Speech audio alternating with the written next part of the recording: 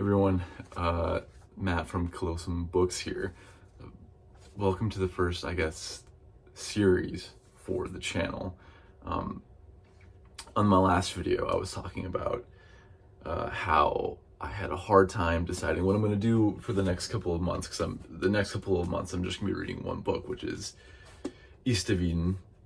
And I was torn because I was like, should I just do one big long video that recaps the whole thing, or should I do a whole bunch of smaller ones? And everyone gave me some amazing feedback. So first off, thank you so much. And for all the new subscribers and everything, thanks so much for subscribing and hanging out and sticking around and leaving all your nice comments. Anyway, so I was like, I will do just one big video at the end of when I'm finished reading at the end of the 2 months, it'll be okay. But after reading the first 25 or 30 pages or so, I really felt the craving, the need to kind of talk about the book. And no one I knew at the time was really reading the book, so I texted with my cousin a little bit, and then I was like, I need to just talk about this book. So I kind of flipped on the camera and started recording, and I just kept doing it every 20 or 30 pages, feeling the need to keep reading. So I guess this will be the first series, I guess, where I go through a big book and you guys are coming along with me. So I hope you're all cool with that. I also want to say that this is not going to replace the big review thoughts video at the end. When I'm done with all 4 sections of this book, I'm going to still do a long review where I give my overall thoughts on the book, so kind of like the other 2 reviews I've done so far. But I thought this would be fun. I'll let you guys know, let you all know how I feel as I'm going through the book and kind of my thoughts going through it in the meantime. So yeah, it's a little bit different, but still me, still saying all the same things I would have said, and just kind of giving you the updates as I go along. So if I haven't said already, it is going to be East of Eden. The reason why I'm already a quarter in is because I recorded the last clip and realized I never recorded an intro clip, so I'm also wearing the same clothes. But yeah, East of Eden by John Steinbeck. And I'll let the first clip play now. Again, thanks so much for watching, and leave a comment. Let me know what you think about my thoughts. They're a little bit less gathered, a little bit more scattered around than normal. But welcome to the first, I guess, big read, Chronicles. So enjoy. Here I am from a different angle.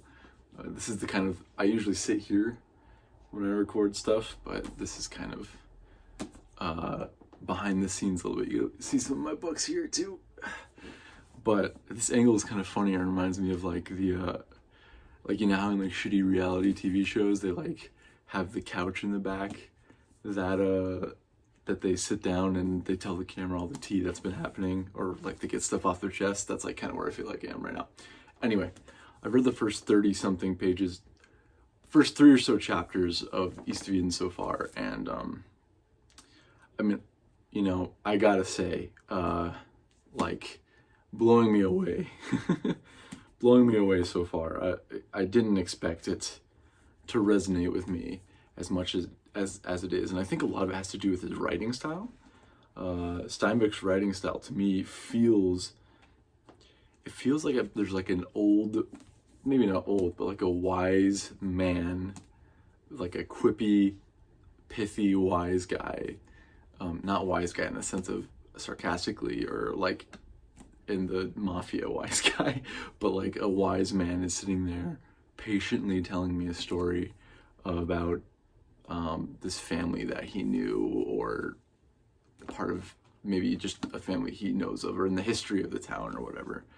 And it's really resonating with me. The first chapter in particular, like, it made me feel so nostalgic for a place, I've never been before, which is really cool. It was a really cool feeling when he was explaining all the flowers and the sweeping landscape and like how the seasons change and how people react to it is really amazing. It felt like I was there, and made me feel like I was like longing and missing for a place, missing a place that I'd never been before.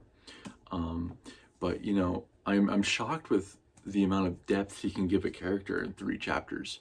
You know, the 3rd chapter in particular really blew me away, but I'll talk about that in a second. The two kind of father figures he's talked about in the book so far, so Sam and Cyrus. It's really cool how they seem to be like kind of opposite, or not opposing in the sense that they're against each other, but just kind of like opposite figures, where Sam is like a hard worker, but he just gives things away. He kind of like lets people take advantage of them, where Cyrus is kind of the opposite. He has other people do the work for him, takes all this credit, and is kind of like this boastful. I don't know how he goes to the rest of the book, but right now it kind of seems like an asshole. Also, I have a theory about why his name is Cyrus, but that could just be because I've been listening to some history podcasts lately. I think there's some parallels between him and Cyrus the Great of Persia, but that might just be some long-winded stuff I haven't fully developed yet. I am, however, definitely noticing. I mean, the book's called East of Eden. I'm presuming the main character's name is Adam. A ton of biblical parallels and biblical, I guess, allegories, you know. And I think, again, spoiler if you haven't read it, when Charles is his name. I have notes. Let me check my notes. Yeah, Charles. When Charles beats the dog shit. Excuse my language. Beats the dog shit out of Adam. To me, like, it just really screamed Cain and Abel, you know, or like other stories like that from the Bible, when he's trying to, you know, get his father's love and his father's approval. That to me screamed Cain and Abel, and I really am enjoying this dynamic between these two characters, between Charles and Adam, and I really am loving this inner turmoil that Adam is feeling, where he feels like the need to suppress himself and his emotions to kind of get away from conflict. And the only time he really does express his emotions, like when he did with Charles, when he beat him at the game, Charles loses it and just beats him up, basically.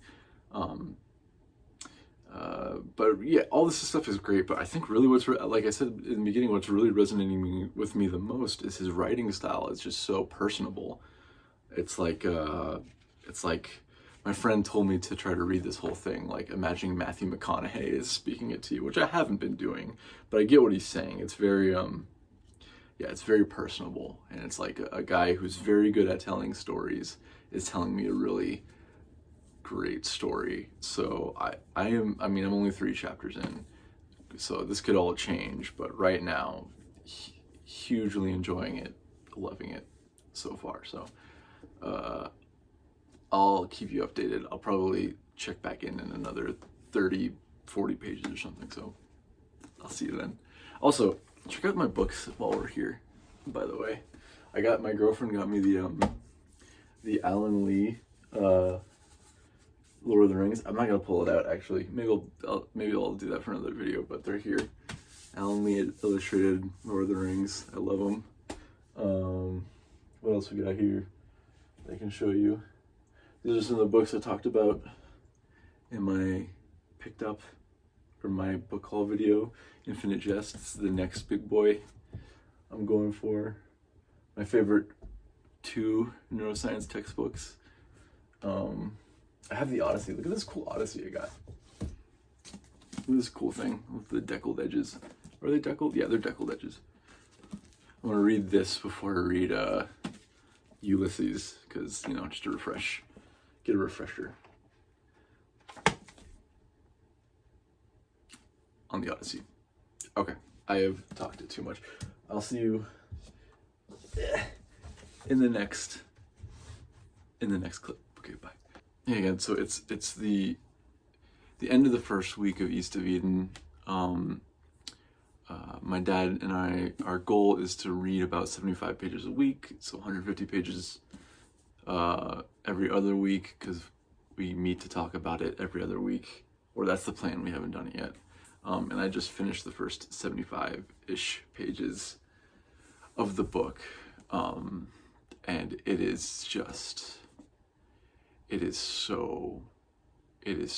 good.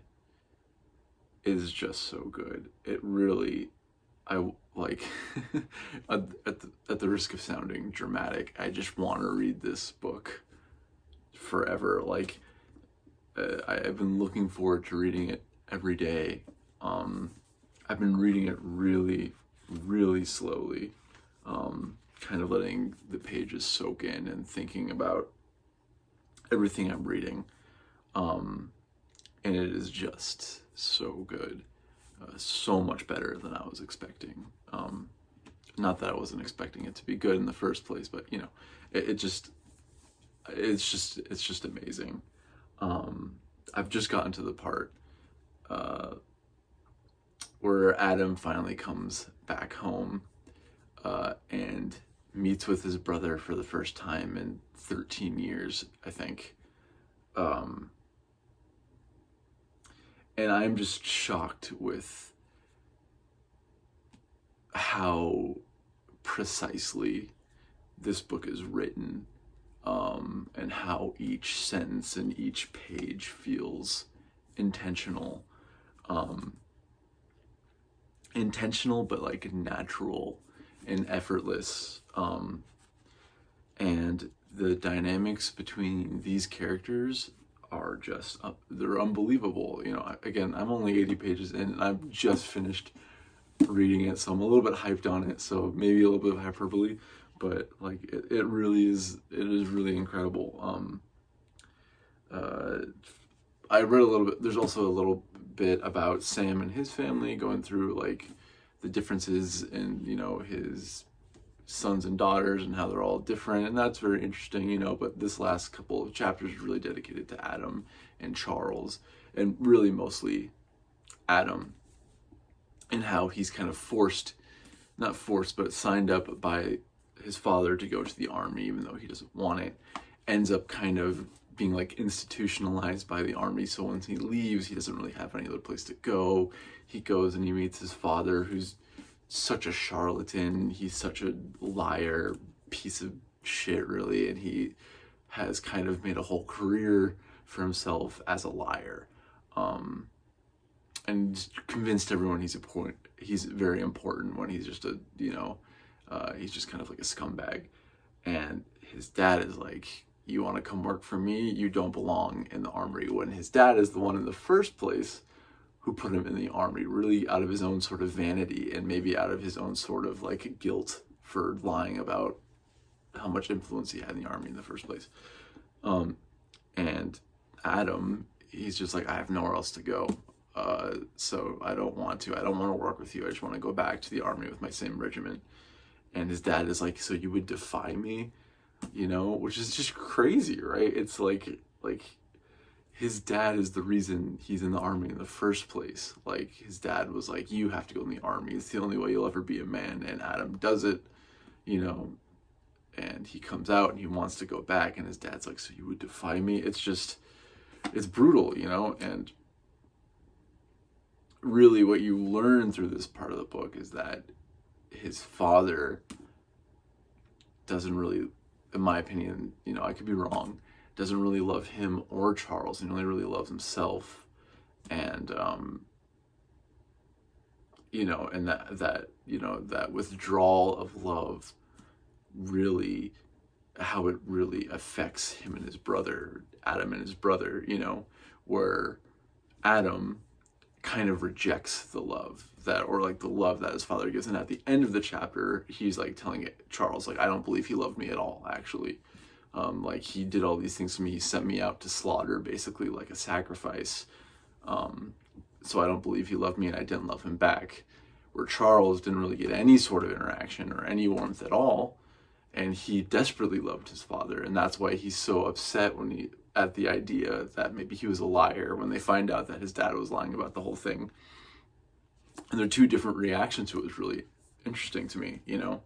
And Adam kind of talks to Charles about like he wants to know where his mother is. His not his biological mother, but Charles's biological mother. And Charles is like, she's dead, like, you already knew that, she's dead. And then Adam was like, how was she as a person? Like, and then Charles is like, she wasn't your mother, let it go. So it's kind of like that parallel where Adam kind of is, he craves the love from, his stepmother, basically. And she never really gave it to him, she always gave it to Charles. And it was also particularly devastating when his stepmother thought Charles was giving her all those gifts when it was really Adam in the first place, And so Adam never really received the full extent of his stepmother's love, just like Charles never really received any love from his father. Even though he probably didn't love either of them, he only really loved himself. So kind of like how the withdrawal of love kind of affects these two people, and kind of how these seeds of Cyrus's wrongdoing kind of affects the whole genealogy of the family. It makes Adam homeless at one point. Like, he leaves the military, he has nowhere else to go, but he's so like traumatized from home that he doesn't want to go home, and he just kind of like wanders around for a little bit, and he gets arrested twice, and he's like whipped, and he's forced to work and stuff. And this is all really his father's own fault, for sending him in the military and treating him so poorly, and treating him in the way he didn't want to be treated, just for his own sort of self-satisfaction, who he has a son that he can say he's proud of or whatever, and kind of like this whole theme of the book of one is like rivalry of like, Charles and Adam, very different from each other, like complete opposites. I would say Sam and Cyrus is also a big rivalry, not rivalry in that sense, but like just two opposing forces, kind of opposing ideologies maybe. And another theme I'm seeing is just kind of like the expression of love and the withdrawal of love, and what its consequences are on beyond what you can even imagine. How drastically it's affected these two men's lives. The expression of emotion, where Adam has really learned to suppress all of his feelings and emotions and reactions, which is particularly heartbreaking, honestly, like just how badly he feels the need to suppress himself. And like how he was already suppressed himself a lot by just trying to survive going through the army. And then like when he travels around, he learns to kind of like hide who he is and his emotions and his reactions to not get arrested, and to stay invisible to people who cause suspicion, And the opposite also with Charles, where his own, like, he can't help but express himself, and he gets violent and he gets angry, and that's kind of like why he has that permanent mark, that scar on the top of his head. It's kind of like a symbol of his, inability to like control his emotions, because he just trying to like undo the rock or whatever, the boulder, and it comes back, smacks him in the head. And he has this big scar that gets worse as he ages, It's kind of like a mark of like his inability to control his emotion. And maybe this is a stretch, but like how it's also kind of like a mark that his father didn't really love him, because like the way he was raised and how he was never really taught or like properly guided by his father. That might be a total speculation, but it's fine. I'm having fun talking and thinking about the book. None of this is my final thesis for the book. I'm just thinking about it and talking about it as I go along, which is the best part about reading. It's the best part about going through these books, is kind of the theories and the thoughts you have in your head as you go. And I can't wait to hear what my dad says about all this. I think it'll be a lot of fun to talk to him. There was one more thing I wanted to talk about, but I can't quite remember what it is. Kind of this is more, maybe it's in the book, maybe it's not, but kind of like the pursuit of power. When people have power, how it just stomps the will and the personality out of other people. And that really, to me, reminds me of Cyrus, like as he climbs the ranks and he kind of forces Adam in particular to kind of like lose his personality. And he's like, you know, when you go to the army, it's best to just conform and lose your personality. It's better for the army, basically, and that means it's better for you. And, you know, Adam does kind of lose a lot of his personality through those times. And then, like, when he's, you know, traveling through, you know, the country, and he kind of, like, gives up his personality, suppresses himself, because the, you know, like, the police that are arresting him, he says that they're scared of him because he's different. You know, they're scared of him because he has a personality, so like this power that they have over him kind of stomps that personality out of him. But it is nice. It is nice that he gets home. The weight of his father is kind of off of his shoulders, and he's able to be a little bit more himself. And oh my God, dude, the reunion between Charles and Adam was just so lifelike and emotional, man. Like, kind of like the weight of things unsaid around them, the weight of not seeing each other for so long, and that kind of emotional tenseness they have. It's just, it feels very real. It feels experienced, you know, and kind of like there's like a lot being said without any talking, you know, and it's kind of wild that he got that through in just words, you know.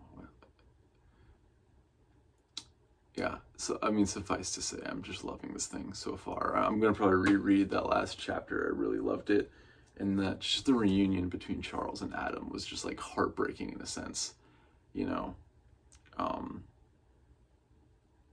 You know, the last time they saw each other, Charles had beat him to death almost, you know, and he came back with a hatchet to kill him, you know, because he was so jealous of, you know, his father's love, you know.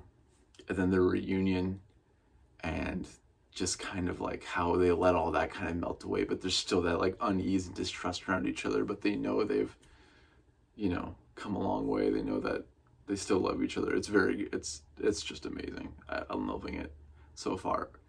And holy shit, I've been talking for 13 minutes. Okay, I love the book so far. I will see you in the next clip. I don't know when that is. It'll probably be around 120-ish pages. I don't know. We'll see. Bye. Good morning. I've actually started waking up early before work. I have to leave for work in 20 minutes. I started waking up before work, so I get a little bit of reading for like an hour or so. So I'm gonna make this quick, but I'm about, let me get the book, about like 100 pages or so in. I just finished the section with Cathy, and I thought I wasn't gonna record this early after my last clip, but I felt this was a like kind of a natural recording point because it kind of like focuses on Cathy a little bit. Cathy, thinking of Sound and Fury, Cathy. I gotta say, didn't love this section as much as the other sections I've read so far. I thought it was a little, you know, the first woman that gets more than a paragraph in this book, it gets a whole chapter, but she's also just like the spawn of Satan. That was a little weird to me. I thought that was an interesting chapter. That was well written and kind of fun chapter to learn about this evil demon lady, but it was definitely kind of in weird taste to be like the more than the first paragraph, or the first woman they mentioned for more than a paragraph, and all the women they mentioned before was like, oh, she hated fun, she was so religious, and you know, and then this one's like, oh, by the way, this one was the spawn of Satan, and this is kind of the most we learn about a woman in the book so far. You know, she's definitely clever, definitely smart, but she's also a psychopath.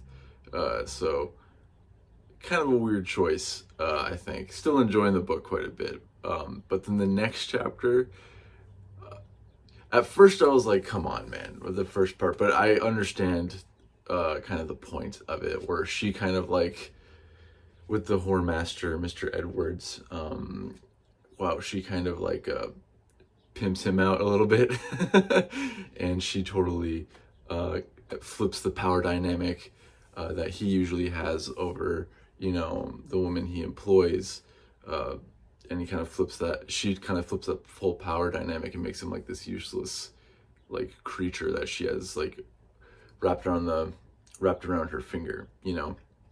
So I get the point of the chapter. I get that she was like kind of the, she was kind of like the his kind of, I don't know how to explain it, his master maybe. Like, he was totally falling for all of her tricks, and he was totally eating out of the palm of her hand, giving her everything she wanted, and she was like kind of cool, detached, and knew how to play him very well. So I get the point. I understand the point. How it's like a flip of that power dynamic. And I thought it was kind of cruel in a good way at the end, after he like beats the shit out of her. That's not what I'm talking about. That's not the good part. He beats the shit out of her, and then at the end he like ends up with more respect for himself. This kind of like scared respect for how he could snap at any moment. So it's like kind of ironic, and I understand that Steinbeck is writing this character to make him seem kind of like an asshole and kind of pathetic a little bit, which it came across. I am interested what's going to happen with Cathy. What the next part of her in the book is. I mean, I'm assuming she's going to end up somehow connected to, the whorehouse in Salinas Valley that Charles goes to every once in a while. But these last two chapters, I didn't love as much as the other ones. This chapter was okay. It was pretty good. I liked kind of like, it was a little obvious. It was a little bit, it was a little, the power dynamic flip was a little obvious, and I still felt like some of it was in kind of bad taste. And there's a little bit of and this might be intentional, and I'm sure I'm gonna have to read a little bit more to know, but there's like a bit of boomerism. I know it's a book written in the 50s, but the way that he kind of talks about women and how being in love with women is like a death sentence, and like he's never been in love before, so he totally lost his control of his emotions, and I don't know, it just reeked a little bit of boomerism, but it may be intentional. I'll probably have to read more and think more about it as I go on, but still enjoying the book quite a bit. I mean, obviously I'm waking up early to read it, but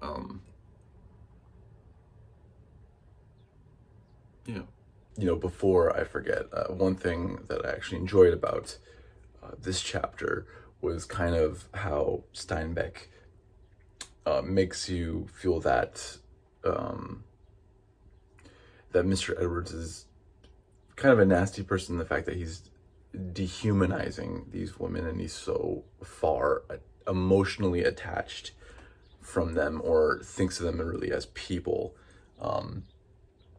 Especially what comes to mind is kind of the train crash that kills a bunch of the women he's employing, and he really just seems it as like a unfortunate business expense, and that's how he gets stressed out about it. And obviously this is there for Steinbeck to be like, this guy is a piece of shit. Like, he totally dehumanizes these women. He doesn't see them as people, he just sees them as like business expenses. He totally removes the emotion when he interacts with them, and his whole viewpoint on women is deeply flawed and, obviously evil, right? And I think Steinbeck did that on purpose, just to kind of set the scene, to show you that this is not like a good person, obviously. And I did like the, I guess maybe the juxtaposition of, in the beginning of the book, or in the beginning of the chapter, Steinbeck says like the view in society of a whorehouse was like a necessary evil, like oh, men, when they have their impulses, they need to get rid of them, or else, like, so it's actually a good thing for the family and for the wife if he goes to a whorehouse and is unfaithful to his wife. It's like, not that Steinbeck believes that, but he says in like the society of the time, that's what people thought and believed, right? However, when the tables are turned and Mr. Edwards is worried that Cathy is being unfaithful to him, he totally loses it. He totally goes insane. He stops eating, he loses weight, his hands start shaking and stuff like that. So it is kind of like Steinbeck being like, you put other people through this, like this is kind of like you reaping what you sow a little bit. And I thought that was a cool little point. So the more I've thought about it, the more I've enjoyed this chapter. I still think there's a little bit of a hint of boomerism throughout the chapter. Maybe he's speaking strictly from like the societal stance and the societal at the time, their thoughts. I mean, it was written in the 50s, and I think this is about the turn of the century when he's writing this part. I'll have to read more to really get an idea. But the more I reflect on this chapter, the more I liked it. The first one is okay. The second one's better. I do kind of like how the tables are flipped on Mr. Edwards, and he cannot handle what he's been dishing out, and it makes him just seem like pathetic a little bit. Okay, that's all I really wanted to say about that. Still enjoying the book quite a bit. Okay, bye. Okay, let's talk for a little bit. I finished part 1 of this book. Here you go. See? And part 2, which is where I'm going to end off this week, this section of reading. Overall thoughts so far, I love it. I mean, I do love it a lot. It's been really fun to read, and I kind of like really have this compulsion of wanting to read this book every day. I've been waking up early and reading it, and thinking about it after I'm done reading, and it moves very fast. What I'll say is I didn't expect it to get so sinister, I didn't expect it to get so, nasty at points, beyond everything that happens with the whorehouse and with Mr. Edwards beating Cathy nearly to death, and, the whole thing with Cathy and Charles at the end, which blew my mind when that came up, by the way. And I have so many questions about that. It's what I'll say. It's very compelling. I just didn't expect it to be so like sinister, But that being said, super enjoying it so far. My favorite parts of this, my favorite things about this book so far is kind of like that relationship between Adam and Charles. That kind of like, clearly, like, especially it's very like exemplified when Adam leaves and comes back constantly throughout the book, and they love each other and have a lot of affection for each other, but they don't know how to express it. They don't know how to they don't feel comfortable, they don't know how to express it, they definitely don't feel vulnerable with each other. And so that's why he said most of their conversations would be catching up, like, oh, what'd you do while you're gone, whatever. And then when that stuff runs out, they start to test each other's patience, and there's an explosion, usually. So when finally Adam, well, before I get to that, actually, I think a lot of this stems from, obviously, their relationship with Cyrus, who is now since passed, and neither of them well, Charles, I think I talked about this in the last clip, but Charles is upset because he loved his father, whereas Adam doesn't really care because, you know, he feels like his father didn't really love him, and he just had more of a reverence for his father than anything. I think it's because both of their mom never felt was never really fully able to express herself, and because their dad didn't really communicate or show how to be vulnerable. Communicate love or show how to be vulnerable to them at all. Like, neither of them know how to do it. So they're in this spot where they both want to communicate to each other that they love each other. And they're in the spot where they want to be around each other. But since they're just kind of like balls of emotion they have no outlet other than for Charles it's exploding and for Adam it's running away, they have a really hard time staying together and being, you know, affectionate with one another, you know. And so when that chapter comes, when Adam is finally like, yes, I'll tell you about when I was in jail, or I'll tell you about, you know, the Native American girlfriend that I had when I was fighting with the army. Those are two big moments of open up between Charles and Adam, and I really loved.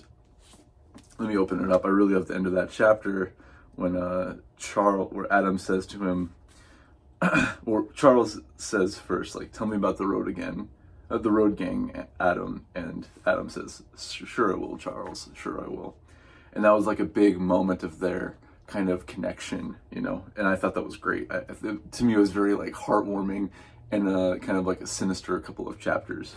And there's two things that I took away from this, right? Is like, one, now they're finally sharing things with each other, finally opening up with each other. It's a big moment in their friendship, a big learning moment for both of them, that they can be secure and kind of vulnerable with each other, right? Like, they don't have to just explode and run away. They can kind of connect. That was awesome. I really loved that part.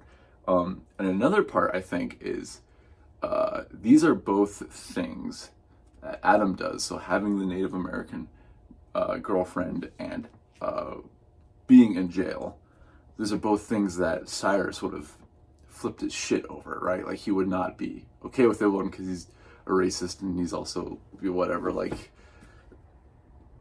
really, I guess, authoritarian, and is like really into the military and the police and all that stuff. And so these are both things that Cyrus would have been really upset with. And I think for Charles, seeing that this guy, Adam, who his father always loved, and was like kind of perfect in his eyes in that way, is like doing things that his father would not approve of. I think that's kind of like a solace for him, you know, like, oh, neither of us are perfect, you know, we're on the same level. I think that's one of the things.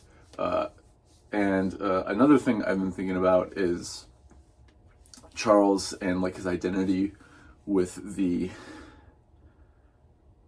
farm, and how he's so reluctant to spend any of the money that his father left him. I'm just thinking about maybe the farm is kind of like his last, you know, sense of identity with his father. You know, I'm holding on my father's legacy by keeping this farm intact and working hard even though I don't have to anymore.